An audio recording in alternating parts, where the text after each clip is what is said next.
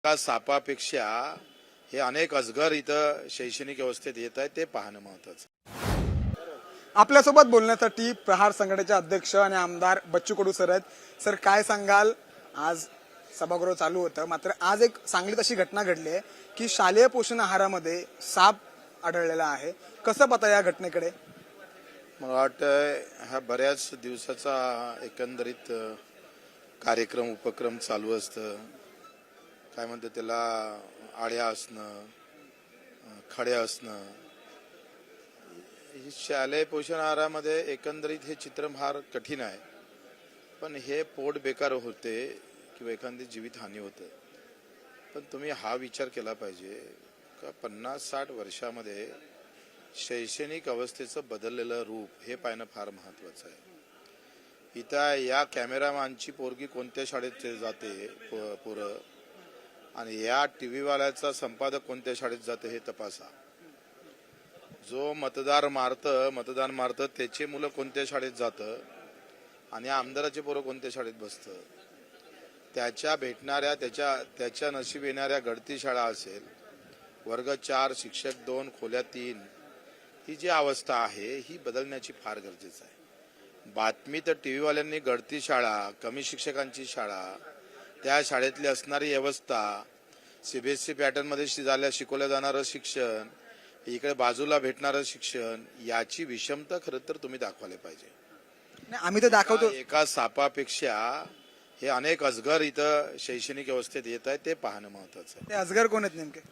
अजगर कोण नाही, अजगर ही व्यवस्थाच आहे. ही सिस्टीम काय आहे, त्याच्यात तुम्ही सामील आहे, मीही सामील आहे.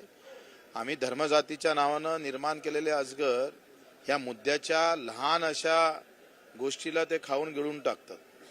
पण बच्चू भाऊ, 2 वर्ष महायुतीचं सरकार आहे, तुम्ही देखील कधी काळी त्या सरकारचा भाग होता. आज शिक्षण मंत्री जे आहेत त्यांच्याच मतदारसंघात सावंतवाडीमध्ये जिल्हा परिषदच्या शाळेची भिंत कोसळलेली आहे, विद्यार्थ्यांचा जीव धोक्यामध्ये आहे. नेमकं सरकार काय करते? तुम्ही सरकारला काय नेमकं सांगाल? मला वाटते अधिक व्यापकता आणि याची फार गरज आहे. तर मी माझ्या गावात जर एखादा भिंती पडून किंवा एखादा खड्डा पडला तर आमदाराच्या गावात खड्डा अशी बातमी करायला आपल्याला शिक्षण मंत्री आहेत ना, आपल्याला फार मजा वाटतं. शिक्षण मंत्र्याच्या गावातली शाळा पडली, अरे शिक्षण मंत्र्याच्या गावातली पडली नाही पाहिजे आणि बाकीच्या राज्यातली पडली पाहिजे असं म्हणायचं आहे का तुम्हाला? असं म्हणायचं आहे का? त्याच्यानं ही अशी बातमी करू नये. पण घटना गंभीर आहे ना. नाही, घटना गंभीर आहे, ते मंत्र्याच्या मतदारसंघातली म्हणून गंभीर आहे. मग हे विचार, मला वाटतं हे तुम्हाला उलट प्रश्न आहे. असं करू नये. बातमी फक्त शिक्षण मंत्र्याच्या मतदारसंघात पडली म्हणून बातमी होत असं, तो हे गलत आहे. इथे शाळेची भिंत पडलेली आहे आणि ते आमच्या शैक्षणिक दृष्ट्या फार कठीण आहे. आणि भेटणारं बजेट, असणारी व्यवस्था, याच्यासाठी धर्मजातीच्या पलीकडे जाऊन जे राजकारण करणारी जी काही नेते मंडळी आहे ते मर्द आता उरलेले दिसत नाही आणि त्याच्यामुळे ही अवस्था निर्माण होतं. बरं, दुसरीकडे काल अजित पवार गटाची बैठक होती, त्या ठिकाणी नवाब मलिक देखील उपस्थित होते.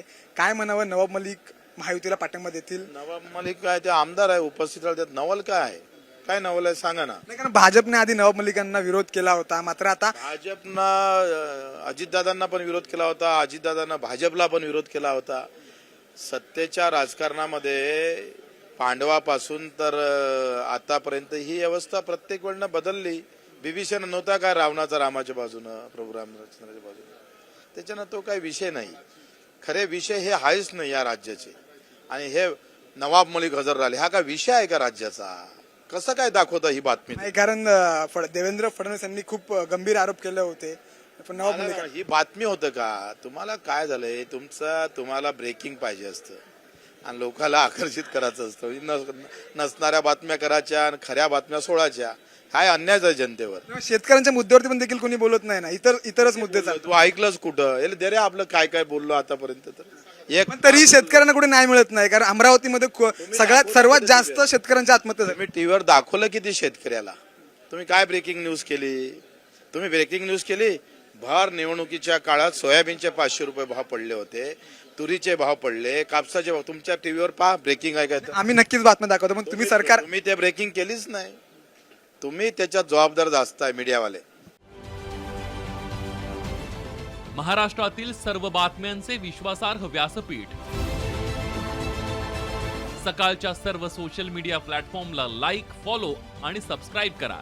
तसंच सर्व नोटिफिकेशनसाठी बेल आयकॉन प्रेस करायला विसरू नका.